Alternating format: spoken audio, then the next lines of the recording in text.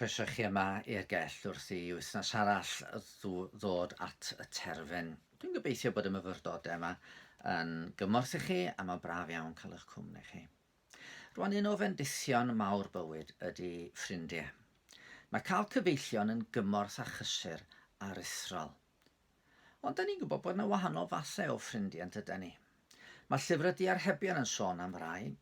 Mae'n sôn enghraifft am y cyfaill sydd yn gyfaill da pan mae pethau'n mynd yn dda fo ni, ond os di pethau'n troi o chwith yna maen nhw'n diflannu. A mae cyfaill, medden nhw, yn amlhau cyfeillion, ond colli gyfaill yma'r clawd. Wedyn mae'r cyfaill sydd yn ymddangos fel sy'n deud pethau braf iawn wrthon ni yn yn wyneb, ond tu ôl cefn, dyn nhw ddim mor braf. Maen nhw'n wen deg, da ni'n deud. Y mae'r sawl sy'n gwaniaethio wrth ei gyfaill yn teunu rhwyd i'w draed. Os da ni'n ymddiried yn y math hwn o gyfaill, da ni'n debyg iawn o gael yn brifo. Ar y llaw arall, mae yna gyfeillion sydd werth i cael. Honni bod yn gyfeillion o'na rhai, ond ceir hefyd gyfaill sy'n glynu'n well na brawd. Neu eto, y mae cyfaill, gwir gyfaill felly, y mae cyfaill yn gyfaill bob amser ar gyfer adfyd y gennyr brawd. Un prawf arbennig ar gyfeillgarwch ydy hyn. Mi fydd cyfaill go iawn yn barod i ddeud wrthon ni pan da ni ar fai. Yn barod hyd yn oed i'n cyrryddu ni pan da ni ar fai. Y mae dyrnodiau cyfaill yn ddidwyll, ond cusannau gelyn yn dwyllhodrus.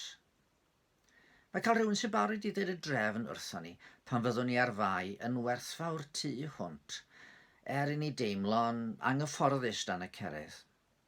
Mae genna i un ffrind sy'n arbennig o dda am bwyntio allan yng nghamgymeriadau. Mae'n gyfaill sy'n aros efo fi drwy'r amser, ac yn aml mi deimlai'n anghyfforddus yn ei gwmni, ond mae wedi fy arbed i droion. Pwy di'r cyfaill yma, ydych chi'n dweud? Be di enw fo? Wel, dyma enw, gydwybod. Y llais hwnnw oddi mewn i mi, sy'n weithiau yn deud mod i ar y llwybr cywir, gan gydnabod y mod i'n gwneud yr un sy'n iawn, ond dro arall yn cyhyddo, ceryddu ac argyhoeddi. Mae'n rhyfedd peth mor gorfforol ydy cydwybod mewn gwirionedd. Mae'n gweithio ar yn meddwl, yndi, ond pan mae'n argyhoeddi, gallwn ni weithiau deimlo'n wirioneddol sal dan ei ddylanwad. Tra ar adegau eraill, mae yna rhyw ysgafnder yn dod wrth i un cydwybod wenu arno ni. Ond be ydy'r gydwybod? Mae'r enw yn ddiddorol yn dydy, cydwybod, gwybod ar y cyd. Mae'n meddwl a'n calon yn gwybod fod rhywbeth yn dda neu'n ddrwg. Mae'n gwybod ar y cyd efo rhyw fath o safon. Mae'r safon yna oddi allan i ni, a ar safon honno a'n cydwybod ni yn cytuno. Ond sut dyn ni'n gwybod bod y safon yn gywir? Sut dyn ni'n gwybod bod y safon yr hyn ddylai fo fod? Sut dyn ni'n gwybod bod yn cymddygiad ni naill ai'n cyd-fynd ar safon neu'n methu dod fyny iddi ac felly yn condemnio? O ble ddoth y safon yma? Ydy o'n rhywbeth da ni wedi ddysgu gan yn rhieni, yn ysgolion, yn cymdeithas, a rhywbeth da ni wedi bigo fyny fel yna ydy o? Yn sicr, da ni yn dysgu llawer oddi wrth yn amgylchiadau yn hoes, ond oes yna rhywbeth dyfnach ynddo ni? Wel, un o'r pethau arwyddocaol ydy fod pob cymdeithas ar draws y byd wedi deud fod yna rai pethau yn anghywir. Mae fel se pawb trwy'r byd, beth bynnag ydy amgylchiadau nhw, yn cydnabod fod dwyn yn anghywir, fod llofruddio yn anghywir, fod trais a brad yn bethau drwg. Maen nhw i gyd yn cael eu condemnio. Hynny ydy, mae yna rhyw reddf ynddo ni sy'n fwy na'r pethau da ni'n ddysgu oddi wrth bobl eraill. Esboniad y Beibl ar hyn i gyd ydy fod Duw wedi sgrifennu'r reddf hon yn ein calonnau. Dyna un elfen o ddelw Duw ynddo ni. Dyna pam fod Addag Efa wedi cuddio yn yr ardd pan glwson nhw Dduw yn closio. a wrth wedi anafuddhau iddo fo. Ac fod y ddelw wedi llygru neu difwyno trwy'n gwrthryfel yn erbyn yn creu'r, eto mae digon o'i hôl ynddo ni i olygu fod pob un ohono ni efo ryw syniad o dda a drwg.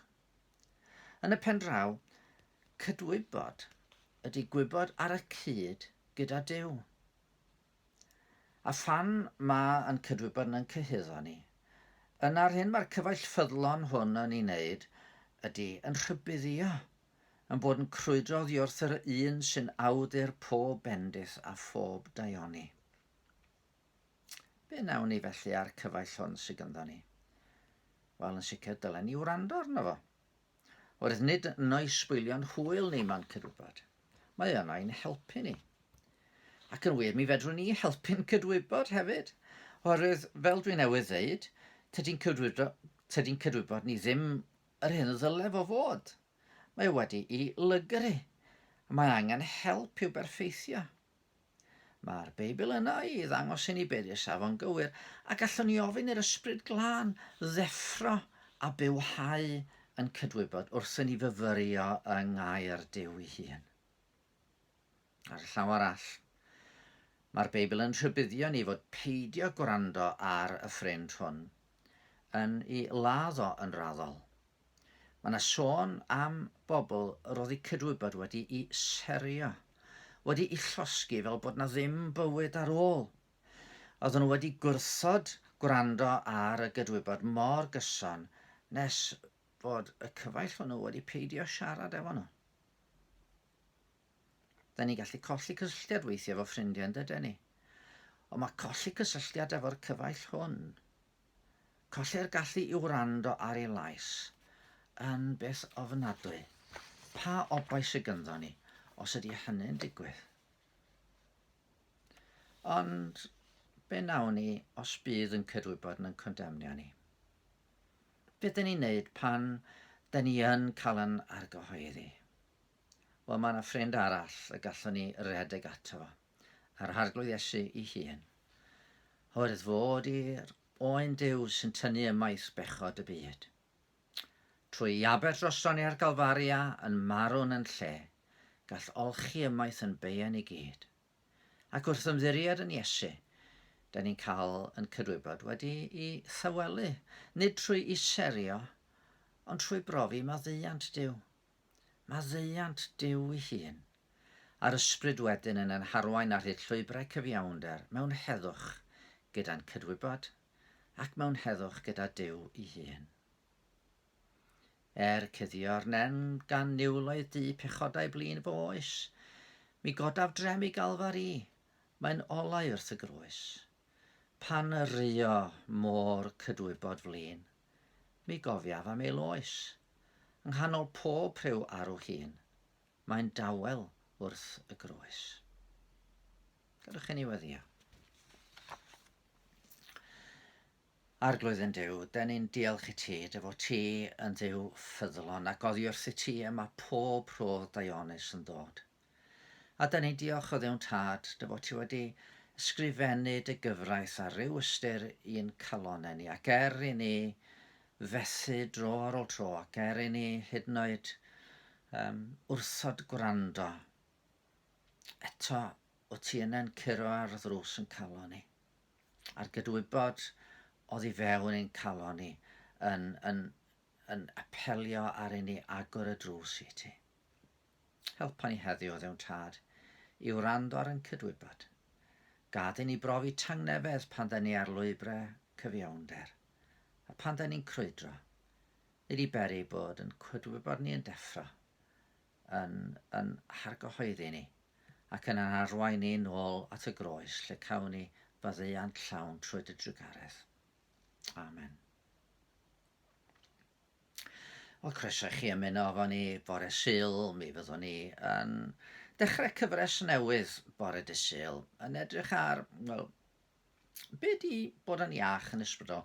Rhyw fath o health check ysbrydol yn y gyfres o bregethau sydd gennau ar eich cyfer chi. A os nesaf, os fydd Duw'n caniatáu yna, mi fyddai nôl fama yn y Gell yn rhannu rhai o meddyliau. dan eich bendith.